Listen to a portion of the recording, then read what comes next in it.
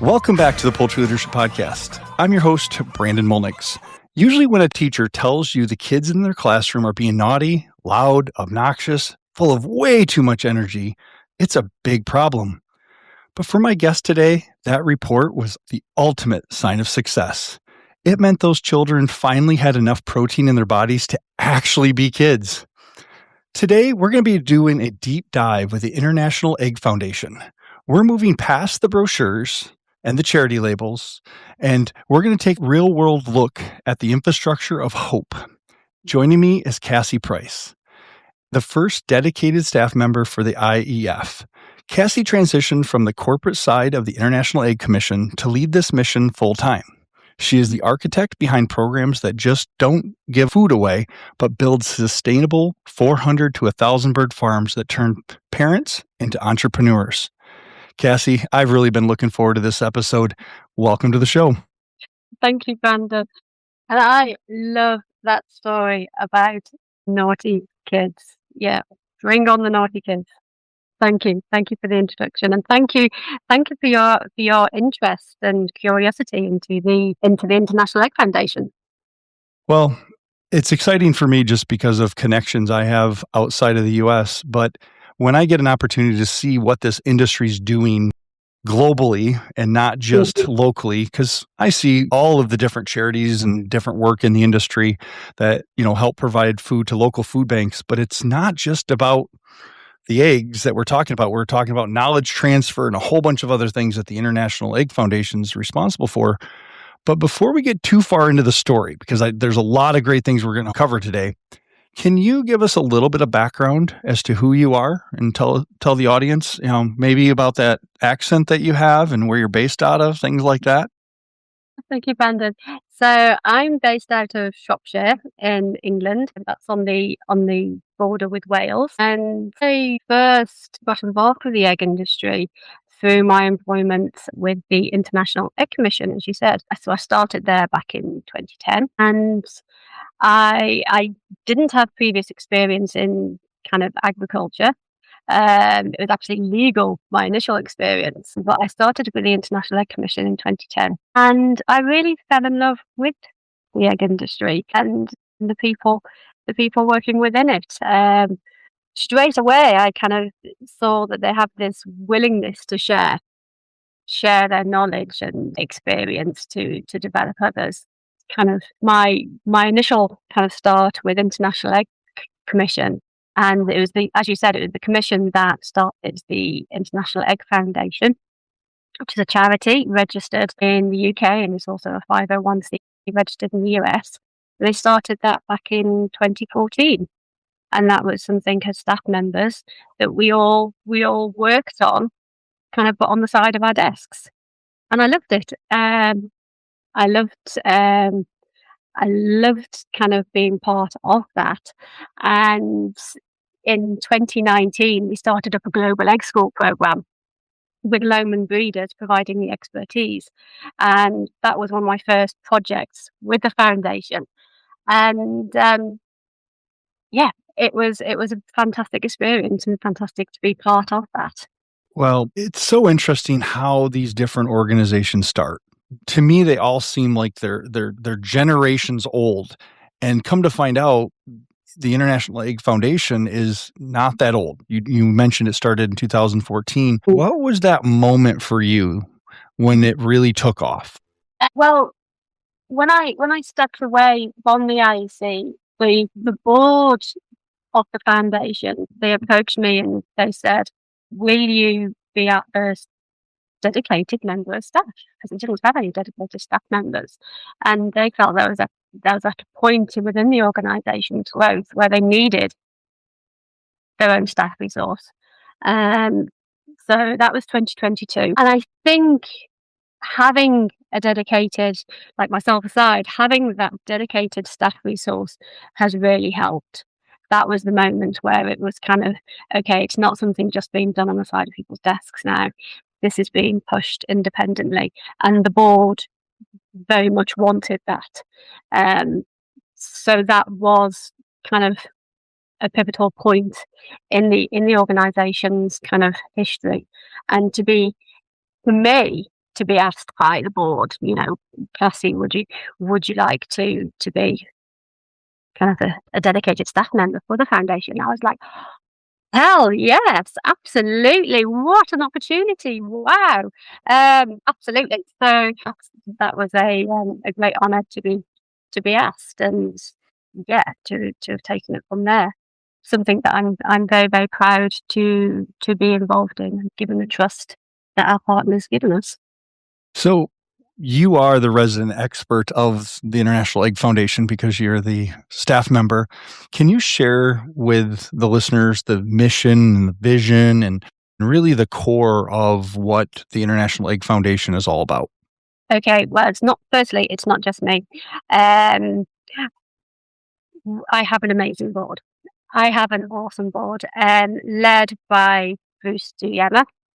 He came on the board of trustees. I have to say, the board of trustees, they volunteer their time, they pay all their own expenses, and it's Bruce. He came on board in 2018, um, and he's just awesome.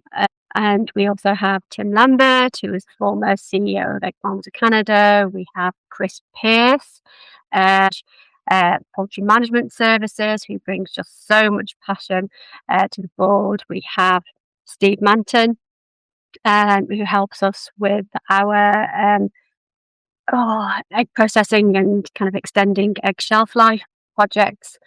Pierre-Marie Bourne from Siva as well. And they are fantastic boards. So it's not just me.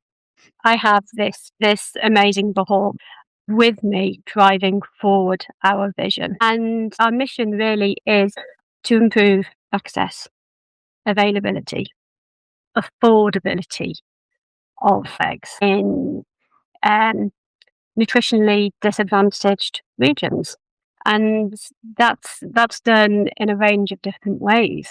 So we support charitable programs on the ground with introducing eggs into their intervention feeding programs. So we'll support them to build their own egg barns so that they have a sustainable and affordable supply of eggs to feed kids, getting eggs into kids' bellies. Absolutely.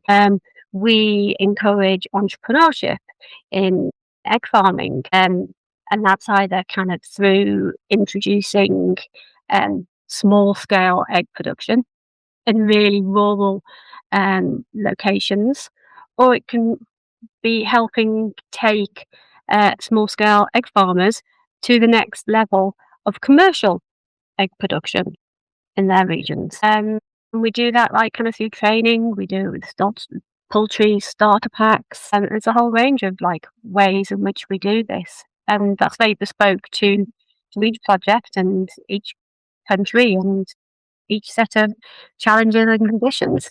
Yeah, I'm very familiar with Bruce. And the listeners, actually, if you go back to, I think it's episode number 2 or 3, Bruce Doyman was a guest on the Poultry Leadership Podcast. So Bruce's story, I mean, he's been one of my main resources as I get more interested in the international side of things as well. And so it's so interesting to see the passion when you get him talking about the International Egg Foundation and the projects. Same with Greg Herbrook and a number of other folks from the industry that's what they're talking about. I mean, they rather talk about that than, what's going on back at the US. It's their passion. It's being able to take all of those years of experience and be able to help other people in these rural, very, very rural. I mean, yesterday we were on a call together and we were looking at places 4 hours outside a capital city up in the mountains. And the biggest questions: do they have feed? Can they get pullets? What do they need? What's the programs? And it was just cool, the collaboration across different people on the call that was, okay, these are the things that we need to solve to make sure that this project would even make sense. Yeah. And that was really, really inspiring to me, that there's a group of volunteers willing to have those conversations when they could easily be distracted by the pull of the everyday job that they're hired by their companies to do. That was really cool. It is cool. And Bruce is brilliant. He's very operationally driven, and he brings with him his expertise. 50 years in egg farming now, 50 years in egg farming, but also him and his brother, they invested and they set up an egg farm in Mozambique. Yeah. So they know those challenges firsthand. Um, and they are really generous with their knowledge and their time. Yeah. So it's a privilege to have him as our chair. So, as you work through these projects and as you build these programs, what are some of the core key things that these programs have to have established to be sustainable? Well, you just Brandon, you just mentioned them right there and then. Kind of each country will have different challenges, as I mentioned, but if you can get properly vaccinated pullets, if you can get that as a starting point, that is fantastic.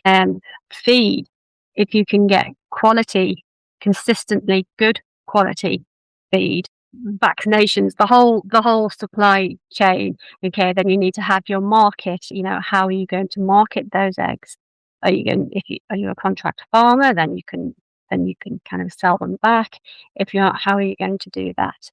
Um, so there's different challenges in different countries. We've had challenges faced with climate. Obviously, we're dealing with countries that have very hot climates and heat stress to birds, and getting those eggs collected and stored. There's issues with kind of the rains. Is that going to wash away infrastructure? Recently in Mozambique, there was a bridge washed away, and we needed to get feed trucks. Well, the program needed to get feed trucks to the farm. That's a massive challenge. There's, everybody's hungry. There's theft. There's wild predators. There's all sorts of different challenges, and you have to kind of look at that and what can we do? What can we do to mitigate? How can we solve this? So, one of the things I learned was there's a non-compete rule within the International Egg Foundation in terms of not going into other areas where there's already commercial egg production. Why is that important? Well, we don't want to disturb that, and if there's already like that sufficient commercial egg production, then that work is being done to get nutrition into the region. We want to assist those who haven't got access, that isn't eggs readily available within their communities. And you mentioned also it's this 400 to 1,000 birds. Why is that a sweet spot, the magic number?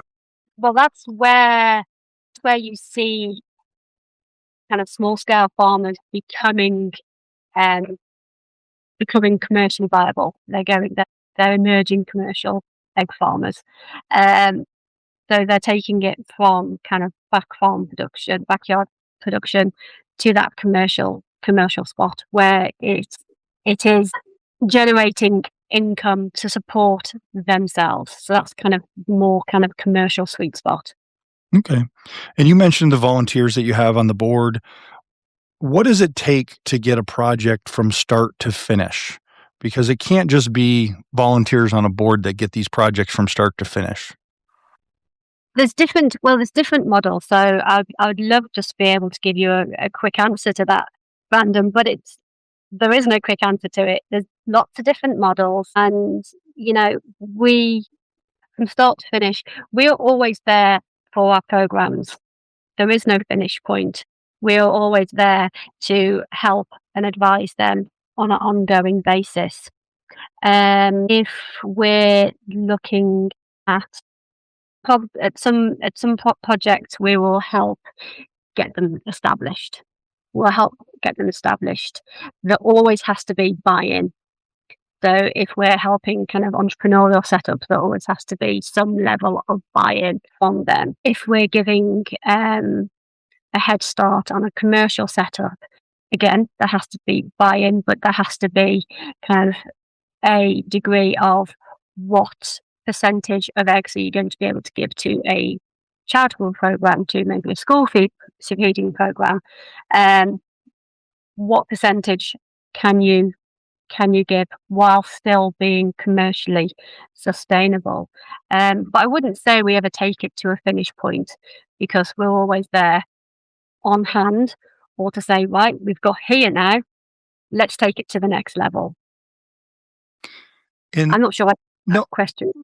right. That's what I'm really asking is, who makes up the body of IEF? That's not just the board level, but there's a body of companies, there's a body of people that have really worked hard to make sure that this is all possible.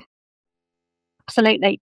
So coming back to that point, we have what we call like an impact network. This is partners on the ground. So we always work with a ground partner to run the program, what a program that is.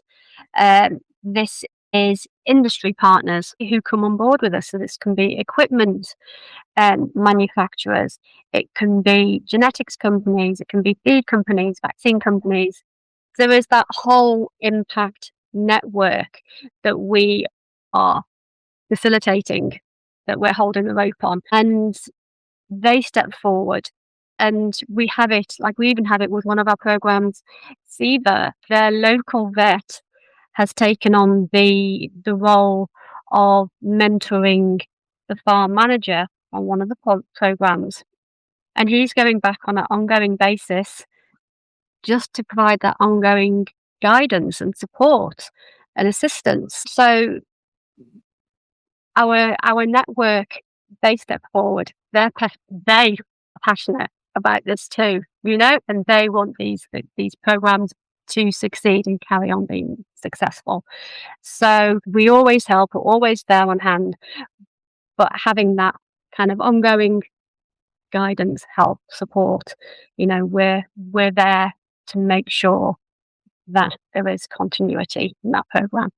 Yeah, that makes sense, because you mentioned SIVA and just the knowledge transfer. They have resources, they have experience, especially when you're talking about different the environments or the specific is it wet area, is it a dry area, is it elevation, is it lower? I mean, there's all these different aspects to their habitat or in that specific area.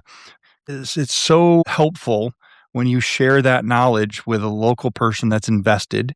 And I really appreciate that about the program. These aren't handouts, these are hand ups, where you're coming alongside, as an investment to help build it, to help it make it sustainable.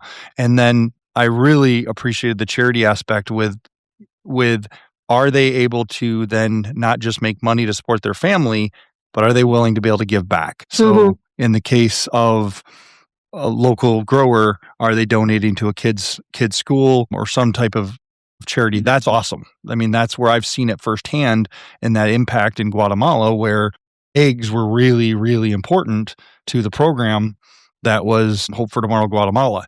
And once we were able to connect that in that feeding program, it just absolutely empowered Hope for Tomorrow to then provide a much more sustainable nutrition program. Instead of having to buy all the food, they're actually able to start growing some of the food for that particular organization. It's about the access to the eggs. Yeah.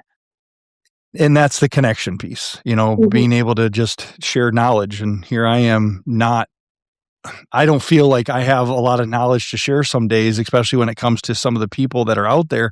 But I realized that, I was in that place where, hey, what did you think about doing, sharing your eggs with the mission and connecting them, even though they were the same group of people? And then it dawned on them, oh yeah, this makes perfect sense. And then they had the transportation problem and some other things to solve to get those eggs up into the mountains. And that's a problem that you guys have solved in other places. But I really want to get back to why. Why is this all important? And I mentioned in the introduction this naughty kid problem that this teacher was having, and what a blessing to your ears to hear that. Can you dive into that? Tell me that story. Yeah, well, we in the egg industry, we're blessed. We have this fantastic product that we're producing, being the egg, and it is just so packed, full of nutrition. Yeah, and there's areas which do not have access to adequate nutrition around the world. Okay. And eggs are just the perfect food for those hungry bellies. And this was kind of feedback that we received on one of the projects, and that the the teacher at the school said it was a school that was getting an egg a day in their school feeding program, and they were saying, "We've noticed the kids are becoming naughty, and we think it's the eggs, and the eggs are making these children naughty." And you kind of scratch your head, and you're thinking, "Oh gosh, why are they thinking this? What's it?" And then it dawns on you that these children, they're not they're not fatigued, or they have energy.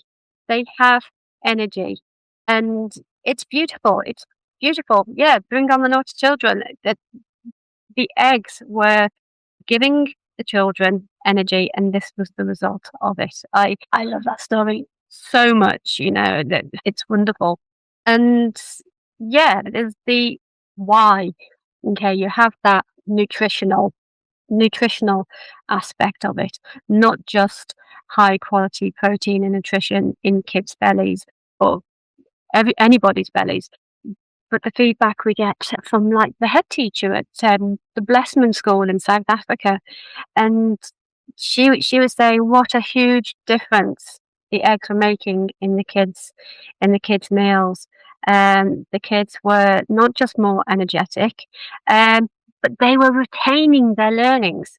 Yeah, it's brilliant, and we've seen this in a project in Honduras. It's the first 1,000 Days of Life program, and this is where, when pregnant mums, they go and present themselves to the local medical clinic with no pregnant, and they get the option within the HOI region to go on the first 1,000 Days of Life program, where the mother, the pregnant mother, and each of her family will get an egg every day for each member of that family until the child is born and is of 3 years of age. Okay. And it's having fantastic results. We went and visited this one family. It was a little bit embarrassing, actually. We had an awkward moment where the mother was saying, "Yes, this is the child that was on the program," and she's pointing to a child that's maybe about 5 years old, and his older siblings and his younger siblings are there, kind of with him, and she was saying, "He is the clever one. He is the clever one. If I need if I need one of my children to go to the shop, he goes. I don't send the older children. He goes." Okay. And they put it down to the eggs that they ate from during pregnancy to 3 years of life. And it was really interesting as well during that visit, because we saw lots of backyard chickens, and we were like, "You're on the program. How can you have these chickens? You're already getting an egg a day." And they're saying, "Yes, but the child's going to be 3 years old soon, and we want to make sure that we have eggs as soon as we don't have access on that program anymore," because they see it as important, and important part of like nutrition within their diet. And the mothers are seeing the effects, and the mothers are talking to their neighbors, sisters, and demand to get on that program has just kind of snowballed. Yeah. So we're it started off about 50 families that the program was reaching, and we're hoping to get it up to 100 families now. And how are you able to get it up to 100 families? What does it take to get that next step up? Okay. So this is at the Alfgata Valley in Honduras, and it's not served very well in terms of nutrition. And there's a faith-based organisation there, Honduras Outreach International, which have a school contract. They have medical contract, and they do training in agriculture as well. And they set up the first 1,000 Days of Life program. They had issues with getting access to eggs, so they started up a 400 capacity barn, there on their site, and they had a farmer, the member of staff that they kind of gave some training to, and he became the egg farmer with these 400 hens. So they were really restricted by the number of families they could serve, by how many eggs they could supply onto that program. And the farmer also wanted to kind of supply the community as well. They wanted eggs, but there wasn't enough eggs to go around, and there wasn't enough eggs to grow it. So we visited the program, and visited their medical centres, visited the farmer, and they were doing a fantastic job. Farmer was doing a fantastic job. He had 400 layers on the floor, and we looked at his farm and thought, oh, can we kind of put cages in to increase capacity? And then we just kind of looked around and thought, they have the land here, they have the demand, they have the medical clinic network. Why are we limiting what can be done? So we actually committed there and then to building an egg farm. So we brought a whole lot of partners on board, and built a 3,000 capacity egg farm there on the HOI land, which is run by the same farmer. Now brought his grown-up children into the business, so that's providing more economic opportunity for them. He is selling eggs into the community because there is this high demand now, but he is also giving kind of, I think it's around 20% to HOI to get onto that first 1,000 day of life program. So they have now that sustainable kind of source of eggs to feed that program. So that's how we came on board with that program. But that was a lot of people coming on board there. You know, we had Big Dutchman giving us heavily discounted equipment. We had Hatto Lighting donating lighting. We had H&N. They helped it off the ground with donating the first flock of pullets. AEB came on board with funding. We had Keith Herringer, the Sova, coming on board with funding and project management on it. Sam Kaufman. We had. I imagine I'm missing out some people here, but we had this whole industry come behind it and helped make that possible and get it off the ground. And now, because it has a business model of sustainability, as long as they have the inputs, the feed and the pullets, they can continue to sustain this model, which in that case can sustain the HOI there to then continue their program as well, which is. So we help them start it, but it has that kind of sustainable model, which is really important to us. Yeah, it's exciting to hear that story. It definitely resonates with the programs that I've got to experience. And another program that it's just crazy how many coincidental programs I'm connected with through church and other things. Eswatini. You guys had some real challenges in Eswatini. Can you tell us about those challenges? Okay, sure. So this was 2014, 2015 time, and there was a whole of life orphanage, Project Canaan, and an American couple who had around kind of 200-300 orphans that they needed to feed. But they weren't just feeding the orphans; they were feeding their employees. They were feeding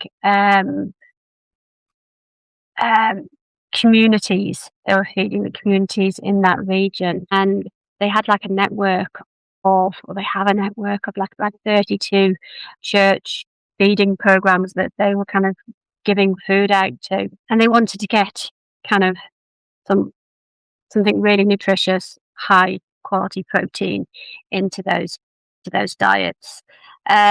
So the foundation heard what they were doing and the need for nutrition, especially in the diets of these kids who many of them had HIV. Okay, so it is really important the quality protein and nutrition getting into them. IAF helped to design and to get the the industry network together to collaborate to build 2 barns, each of 2,500 hens, provided training, designed them out, oversaw the construction of that, and kind of brought all the partners together with it. Egg Farmers of Canada then took project over for long-term kind of financing with feed, and pullets were mostly donated as well. So yeah, that was a brilliant model that we helped set up. One of the key challenges was getting near 1,000 eggs a day and getting them distributed to that wider community. Did fundraising, got an egg truck, okay, but still it's 30-degree plus temperatures there, and the eggs were spoiling before they could reach the kids. So we came together with partners who very kindly designed a bespoke kind of smaller egg boiling, egg chilling machine, so that we could distribute eggs hard boiled, okay, because there's these kids and they need the eggs hard boiled in their hands, ready to eat. And then we worked with wonderful gentleman, Dr. Fabian Demeester, who come up with a formula to introduce at the kind of egg boiling stage that would preserve those eggs. So exciting. Preserve those eggs in those 30-degree kind of centigrade temperatures for up to 30 days, Brandon. Up to 30 days. It was a very economic formula. We like frugal, yeah, it was preserving those, continues to preserve those eggs in those temperatures for up to 30 days without refrigeration. So those eggs can get out to those kids. Kind of, yeah, and they are, last time I heard, they were feeding over 6,000 children a week. Wow. It's brilliant. And yeah, it's all because the industry comes together and makes it possible. How do we encourage the next generation of leaders to get involved early? This is very interesting, isn't it?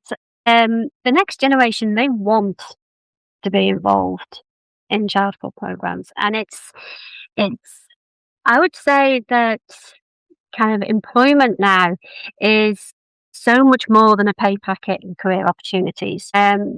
Employees, they want to be part of organisations that have strong social values, ethics, and that do good outside of the business. And I think it's part of employers kind of attracting and retaining their teams. So kind of employees, they kind of not only want to know that that organisation is giving back, but they're actively looking to be part of that. And this can be anything from like that fundraising to sharing their knowledge and their expertise in whatever field or sector that is, because we need all of those fields and sectors to make things happen and to kind of make things work.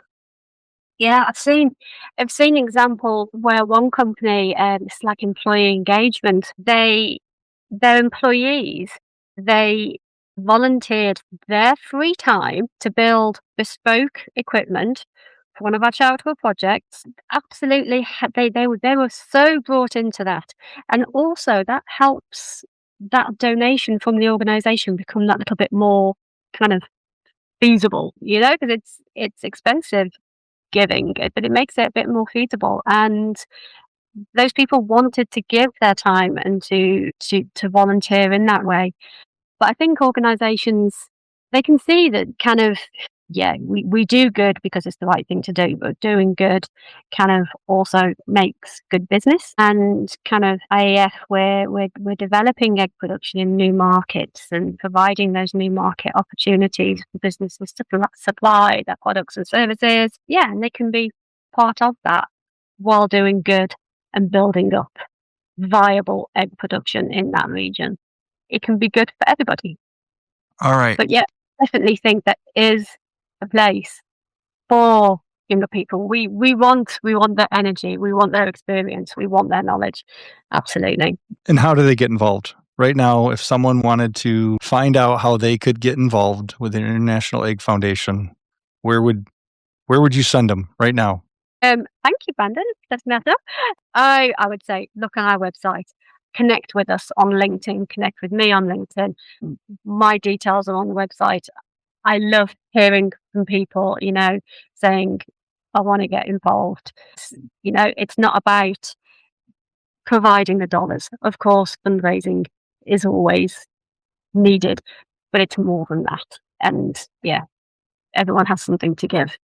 So I'm in the volunteer ministry side of things at home, and I know that there's so many people just waiting to be asked personally to help with a project. So I'm going to ask all of you personally as listeners, will you please help the International Egg Foundation? Will you go to their website, internationaleggfoundation.org, and will you please just reach out to them and get involved? Because this is the personal ask. Insert name here. I'm asking you to help. And don't wait. There's not a lot of other people that are going to do what needs to get done, because I've learned that in ministry, if you're always waiting for somebody else to do it, it's not going to happen. And so I'm challenging you listeners to get involved with this. Well, thank you so much for giving that call to action. But I would just kind of reinforce the IEF, we are just scratching the surface with our project, and we work in 10 countries, soon to be 12, but we are just scratching the surface, and there is so much more opportunity there that can be done. And yeah, absolutely, whatever sector you're in, kind of the IEF is the foundation for the global egg industry. It's your kind of charity. Well, I'm going to give you a magic wand, and I want you to be able to solve one problem. What are you going to use that magic wand for? What will I use that magic wand for?